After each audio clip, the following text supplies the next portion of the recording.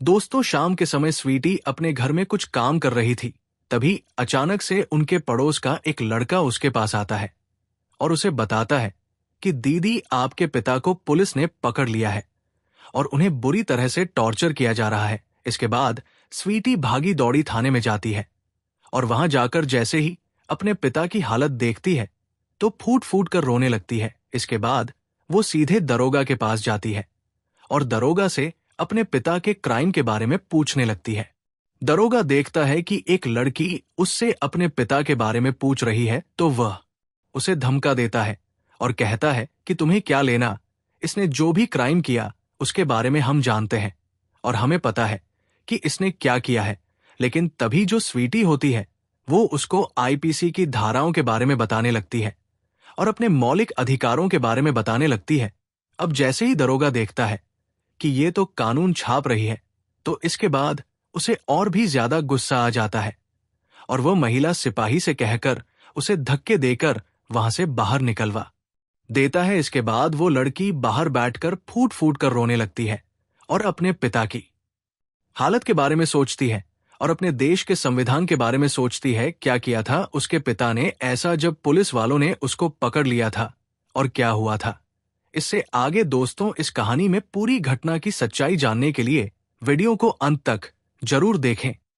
दोस्तों, उत्तराखंड राज्य के हरिद्वार जिले में एक छोटे से गांव में एक परिवार रहा करता है, जिस परिवार के अंदर एक पिता है जिसका नाम है सोमवीर, जो कि ऑटो चलाया करता है और ऑटो चलाकर अपने परिवार का भरण पोषण किया करता है।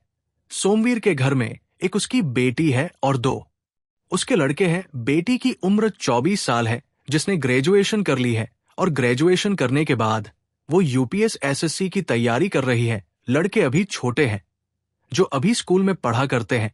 सोमवीर की पत्नी की मौत कुछ दिनों पहले हो चुकी है और उसके बाद उनकी बेटी, जिसका नाम स्वीटी है, वही घर की देखभाल अच्छी तरह से किया करती है और साथ में अपनी पी भी कर रही है। पिता भी बेटी को बहुत ज्यादा सपोर्ट करते हैं क्योंकि वो भी चाहते हैं कि उनकी बेटी पढ़ लिख कर एक बड़ा अधिकारी बने ताकि लोग समाज में उसे इज्जत की दृष्टि से देख सके। इसी तरह से समय बीत रहा था, लेकिन तभी एक दिन अचानक से जब सोमवीर ऑटो लेकर मार्केट में गया हुआ था तो शाम के समय अचानक से उसको पुलिस वाले पकड़ लेते हैं और पकड़ने के बाद उसे अपने साथ बिठाकर थाने ले आते हैं। थाने में लाकर बहुत बुरी तरह से टॉर्चर करने लगते हैं और वो जोर जोर से चीख चिल्लाकर उनसे कह रहा था कि मैंने किया क्या है साहब, मेरे पास तो कागज भी पूरे हैं, ऑटो भी मैं अच्छी तरह से चलाया करता हूं और कैसा भी गलत काम मैंने नहीं किया है। फिर आप मुझे क्यों मार रहे हो,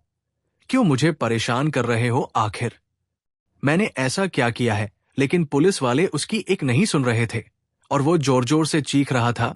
तभी एक लड़का जिसका नाम शंभू था, वो सोमवीर के साइड के ही घर में रहा करता था और वो थाने के साइड से निकल रहा था और जैसे ही वो थाने के साइड से निकल रहा था तो एकदम से उसे आवाज सुनाई देती है जो कि सोमवीर जी की थी और आवाज को सुनकर वो थाने के अंदर ताक झांक करके देखने लगता है। जैसे ही वो देखता है कि सोमवीर जी को बुरी तरह से पीटा जा रहा है तो उसके बाद शंभू वहां से सीधा घर जाता है और घर जाकर सोमवीर जी की बेटी स्वीटी को उसके पिता के बारे में बता देता है। स्वीटी, जिसने अभी अभी अपना घर का काम निपटाया है और उसके बाद वो पढ़ाई लिखाई करने के लिए अपने कमरे में जा रही थी। उसके दोनों छोटे भाई दूसरे कमरे में आराम कर रहे थे। जैसे ही वो ये बात सुनती है कि उसके पिता को पुलिस ने पकड़ लिया है और बुरी तरह से उस पर पिटाई लगाई जा रही है तो उसे रहा नहीं जाता। वह अपने भाइयों के कमरे का बाहर से दरवाजा बंद करती है और अपने घर को लॉक करके पड़ोस में किसी से कहकर वहां से सीधा थाने की तरफ चली जाती है। उस लड़के के साथ वहां पर जाने के बाद जैसे ही वो थाने के अंदर अपने पिता को देखती है तो पिता अपनी बेटी को देखते ही अपनी आंखों में आंसू भर लेता है और एकदम से फूट फूट कर रोने लगता है। बेटी समझ गई थी कि पिता के साथ बहुत कुछ बुरा हुआ है तो इसके बाद वह दरोगा के पास जाती है और उससे अपने पिता के जुर्म के बारे में पूछने लगती है। कहती है कि साहब, आपने मेरे पिता को बंद किया है तो इन्होंने क्या गलत काम किया है जो आपने इन्हें बंद किया है। इसके बाद दरोगा उसे कुछ भी नहीं बताते और कहते हैं कि चले जाओ यहां से, तुम्हारे यहां पर कोई भी काम नहीं है। अब इस बात को सुनकर जो स्वीटी होती है वो थोड़ी सी गर्म हो जाती है और दरोगा को आईपीसी की धाराओं के बारे में बताने लगती है, इंसान के मौलिक अधिकारों के बारे में बताने लगती है और संविधान के बारे में बताने लगती है। अब जैसे ही दरोगा देखता है कि इसको तो कानून की भी नॉलेज है, तो वो और भी ज्यादा चिड़ताला सिपाही को बुलाता है और स्वीटी को धक्के देकर वहां से निकालने के लिए कह देता है।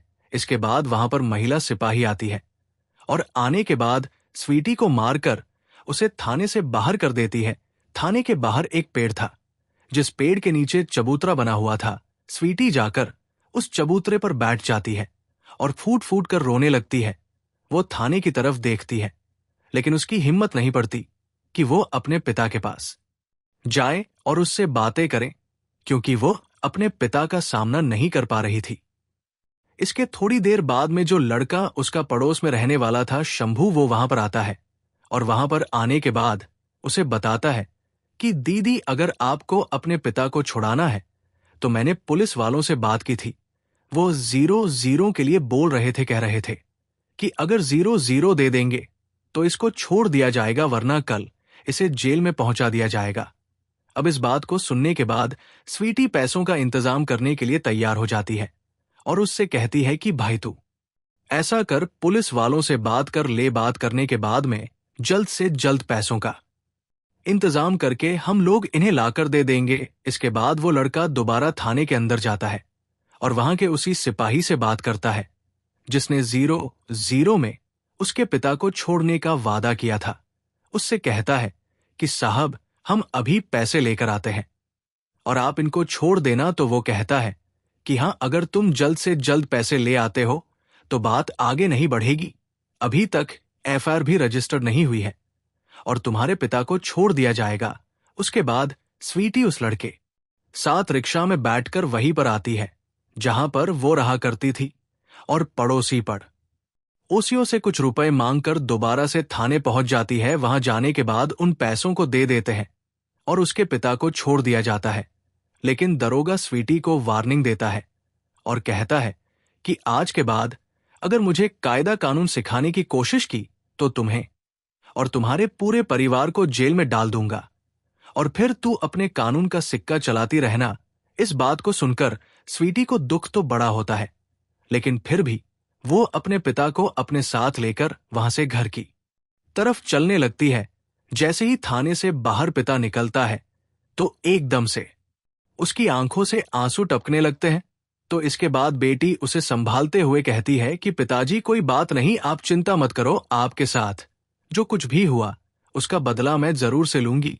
वो अपने पिता को लेकर घर आ गई थी और घर आने के बाद वो अपने पिता से पूछने लगती है कि पिताजी, आखिर आपने ऐसा क्या किया था जो पुलिस वालों ने आपको पकड़ लिया। तो पिता कहता है कि बेटी, मुझे नहीं पता कि मैंने क्या किया था।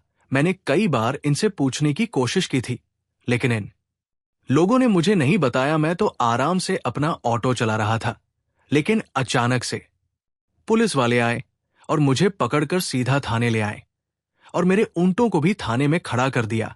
इसके बाद वो मुझे पीटने लगे और मुझे बिल्कुल भी नहीं बताया कि मेरा गुनाह क्या है और किस वजह से वो मुझे थाने लेकर आए हैं। अब बेटी के भी दिमाग में ये बात घूमने लगती है और वो सोचने लगती है कि जरूर इसके पीछे किसी बड़े आदमी का हाथ है, वरना ऐसा नहीं हो पाता। अगर कोई भी बात होती तो वो लोग हमें बता देते। अगर उन्होंने नहीं बताया है तो कोई ना कोई बड़ी हस्ती इसके पीछे जरूर है। इसके बाद बेटी उसी दिन अपने पिता के सामने कसम खाती है और कहती है कि पिताजी, जल्द से जल्द मैं आपके अपमान का बदला लूंगी और उन लोगों को उनके किए की सजा दिलाकर रहूंगी। इसके बाद बेटी अपनी पढ़ाई लिखाई को करने लगती है। पिता दोबारा से ऑटो चलाने लगता है और धीरे धीरे उसको मेहनत करते हुए लगभग 1 साल बीत जाता है। 1 साल तक लगातार उसने मेहनत की थी अपने घर पर ही रहकर और 1 साल के बाद उसने यूपीएसएससी का टेस्ट अच्छे नंबरों से क्लियर कर लिया था। उसने काफी अच्छी रैंक से यूपीएसएससी को क्लियर कर लिया था और उसके बाद वो आसानी से आईएएस बन सकती थी, लेकिन उसने आईपीएस बनना चुना क्योंकि वो चाहती थी कि अपने पिता के अपमान का बदला ले और उस दरोगा से इस बारे में पूछे कि उसके पिता को किस वजह से उसने अंदर किया था। इसके बाद में चूज करती है कि वो आईपीएस ऑफिसर बनेगी और एसपी बनने के बाद अपने पिता का बदला लेगी। पिता को जब ये बात पता चलती है कि उसकी बेटी ने यूपीएसएससी का टेस्ट क्लियर कर लिया है और अब वो एक बड़ा अधिकारी बन गई है, तो वो भी इस बात की बड़ी खुशी मनाता है और चारों तरफ लोगों में इस बात के बारे में बताता है। अड़ोस पड़ोसियों को भी पता था कि वो अपने पिता का बदला लेने के लिए बड़ा अधिकारी बनना चाहती है, तो वो लोग भी इस बात से संतुष्ट होते हैं और इस बात की खुशी मनाते हैं। इसके बाद स्वीटी अपनी ट्रेनिंग करने के लिए चली जाती है और ट्रेनिंग करने के बाद उसकी पोस्टिंग एक डिस्ट्रिक्ट में हो जाती है। वहां पर जाने के बाद सबसे पहले वो यही काम करती है जहां पर उसके पिता को थाने में बंद किया गया था। उस टाइम पर जो थाने के दरोगा थे उसके बारे में डिटेल निकलती है। डिटेल निकालने के बाद उसे पता चलता है कि जो दरोगा उस टाइम पर उस थाने में था उसका ट्रांसफर फिलहाल उसी के डिस्ट्रिक्ट में है और वहीं पर वो काम किया करता है। अब ये बात सुनकर स्वीटी को मानो मुंह मांगी मुराद मिल गई हो, जिससे वो बदला लेना चाहती थी। वो उसी के नीचे काम किया करता है। इसके बाद स्वीटी उसके थाने में उसको बुलावे का नोटिस भिजवाती है और जो दरोगा होता है वो भी आईपीएस ऑफिसर के कहे अनुसार सीधा वहां पर आ जाता है। सुबह सुबह स्वीटी अपने ऑफिस में बैठी हुई थी और वहां पर वह दरोगा आकर एकदम जोरदार सैल्यूट उसे मारने लगता है। अब जैसे उसने सैल्यूट मारा था तो स्वीटी ने उसके सैल्यूट का कोई भी जवाब नहीं दिया था और वो ऐसे ही चुपचाप बैठी थी।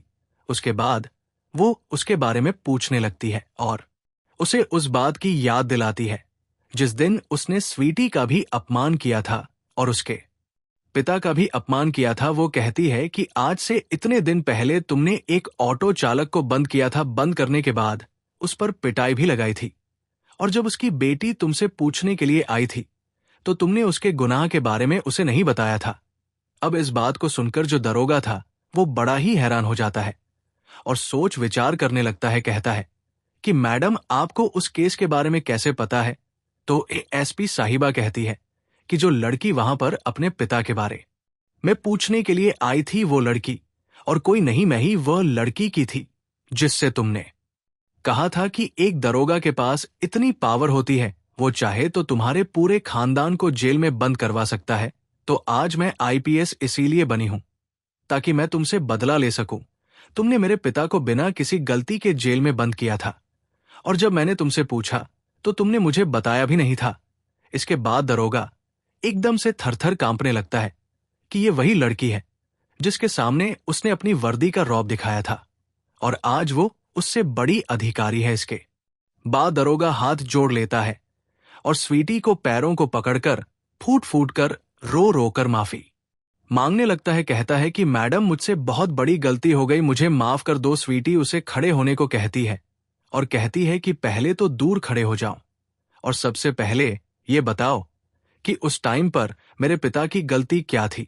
तो उसके बाद दरोगा पूरी गलती के बारे में बताने लगता है। कहता है कि मैडम, उससे कुछ दिन पहले विधायक के प्रचार के लिए कुछ ऑटो वालों को बुलाया गया था। उनमें से आपके पिता को भी बुलाया गया था, लेकिन पैसे न मिलने की वजह से आपके पिता वहां पर नहीं गए थे और इस बात से विधायक जी नाराज हो गए थे। अब एक ऑटो वाले ने आपके पिता का नाम बता दिया और कहा कि ये आपके प्रचार में नहीं आया है, इसको सबक मिलना जरूरी है। इसके के बाद विधायक के कहने पर उन सभी ऑटो वालों को उठवा लिया गया था और उनको काफी ज्यादा टॉर्चर किया गया था।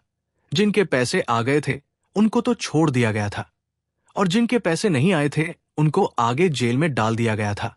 अब इस बात को सुनकर स्वीटी को बड़ा ही बुरा लगता है और उसके बाद स्वीटी उसका वो केस ओपन करवाने लगती है जिस केस के अंदर उसने विधायक के कहे अनुसार ऑटो वालों को परेशान किया था और उनको जेल के अंदर डाला था। जब उस दरोगा का वो केस रिपन होता है तो उसकी नौकरी तक बात आ जाती है और इस बात को लेकर चिंतित होता है और बार बार मैडम से माफी मांगने लगता है, लेकिन एसपी साहिबा उसकी कुछ नहीं सुनती है और उस पर कार्यवाही करती रहती है। एक दिन वह अपने पिता को इन सब के बारे में बताती है और कहती है कि पिताजी, आज उस दरोगा से मैंने आपका बदला ले लिया है। 2-3 दिन के अंदर उसकी नौकरी छूट जाएगी और वह दोबारा से ड्यूटी नहीं कर पाएगा, उसकी जिंदगी पूरी तरह से बर्बाद हो जाएगी। और उसके बाद वो जिंदगी भर इस बात को याद रखेगा कि किसी ईमानदार व्यक्ति को बिना गलती के उसने जेल की सलाखों के पीछे किया था। तो उसका पिता उससे पूछने लगता है कि बेटी, अब तो तुझे उसने मेरी गलती बता दी होगी। तो वो कहती है कि पिताजी, ये तो वे विधायक के कहने पर उसने किया था और वह मुझसे माफी भी मांग रहा था।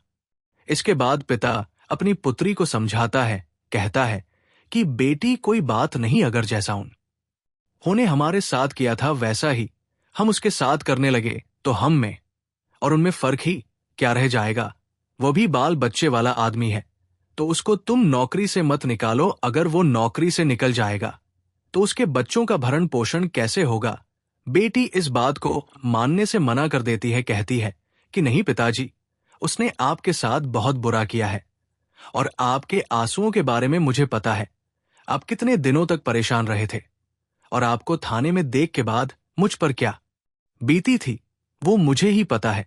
लेकिन पिता उसे दोबारा से समझाता है और कहता है कि बेटी, ऐसा नहीं किया करते। उसने जो कुछ भी किया था विधायक के कहने पर किया था और वह तो कानून का अधिकारी है। अगर उसे विधायक का कहा वो नहीं मानता तो किसी और को मानना पड़ता और तुम्हारे पिता को कोई ना कोई तो पकड़ कर ले ही जाता। ऐसा कहकर वो अपनी बेटी को समझा देता है।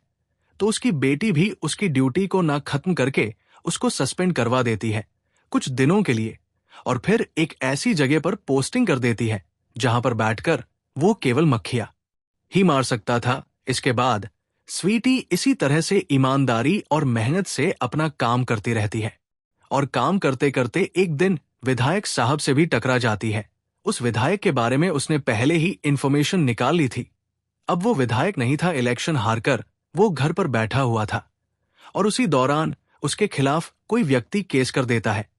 अब इस केस के बारे में जैसे ही एसपी साहिबा को पता चलता है तो वो वहां के एसपी साहब पर फोन करती है और उस केस पर अच्छी तरह से काम करने के लिए बोल देती है। कहती है कि इस केस पर आपको अच्छे से एक्शन लेना है और उस विधायक के खिलाफ सख्त से सख्त कार्रवाई करनी है। इसके बाद वहां का एसपी साहब उस विधायक पर कार्रवाई करता है और उसके गुनाह की सजा उसे दी जाती है। विधायक को जेल में डाल दिया गया था और ये सब कुछ हो पाया था स्वीटी की वजह से, क्योंकि स्वीटी को पता था कि उसके पिता को जेल में डालने के पीछे इसी का हाथ है। और इसके बाद वो उसकी पूरी तरह से जम कुंडली निकालने लगी थी। इसके बाद स्वीटी अपने पिता को विधायक के बारे में बता देती है और कहती है कि पिताजी, आज आपका बदला पूरा हो गया। इस बात को सुनकर पिता को भी बहुत ज्यादा फक्र अपनी बेटी पर महसूस होता है कि उसकी बेटी ने उसके लिए वो काम कर दिखाया जो शायद उसका बेटा भी नहीं कर पाता। इसके बाद उसके पिता उसकी शादी की चिंता करने लगते हैं और एक अच्छा सा लड़का देखकर स्वीटी की शादी करवा देते हैं। इधर जो उसके भाई हैं वह भी अब गवर्नमेंट जॉब की तैयारी करने लगे हैं और कुछ दिनों बाद शायद हो सकता है वो भी बड़े अधिकारी बन जाएं और स्वीटी की तरह ही नाम रोशन करने लगे। तो दोस्तों, यह थी एक छोटी सी कहानी जहां पर एक ऑटो चलाने वाले व्यक्ति को बिना किसी कसूर के जेल में डाल दिया गया और उसके बाद उसकी बेटी आईपीएस ऑफिसर बनकर उसका बदला लेती है। आप क्या कहना चाहते हो स्वीटी के बारे में? आप क्या कहना चाहते हो दरोगा के बारे में? आपकी जो भी राय कमेंट बॉक्स में लिख सकते हो, लोगों के साथ शेयर कर सकते हो। वीडियो अगर अच्छी लगी तो वीडियो को लाइक और चैनल को सब्सक्राइब जरूर करें।